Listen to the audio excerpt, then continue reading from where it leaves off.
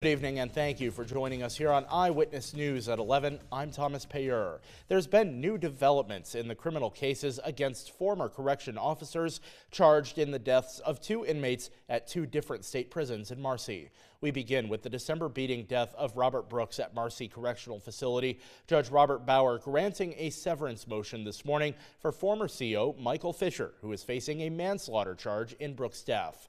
This morning, Fisher rejected a plea deal offered by the special prosecutor, who has now filed an amendment to Fisher's indictment, charging him as an accessory to the crime rather than as a principal suspect. Fisher will now get his own trial and more time to build a defense. His trial date is now set for early January instead of the one that was already scheduled for next week with his co-defendants. Fisher will return for a pretrial hearing on December 19th. The remaining co-defendants, all of whom are charged with second-degree murder, also appeared in court this morning.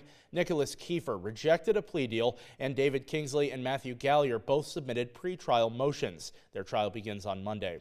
Turning now to the March-beating death of Messiah Nantwi at Midstate Correctional Facility, where a guilty plea was entered this morning by former CO David Ferrone for tampering with physical evidence in that case. The Daily Sentinel reports that Ferrone admitted to falsely claiming that a makeshift knife was found in Nantwi's cell to justify the attack. The indictment revealed Ferrone was caught discussing that conspiracy on body-worn camera footage. Ferrone's plea deal grants him a sentence of 3 years of conditional discharge in exchange for his cooperation with the special prosecutor in the upcoming trial against his co-defendants. Ferrone will return to Judge Michael Nolan's courtroom on December 15th for his sentencing hearing.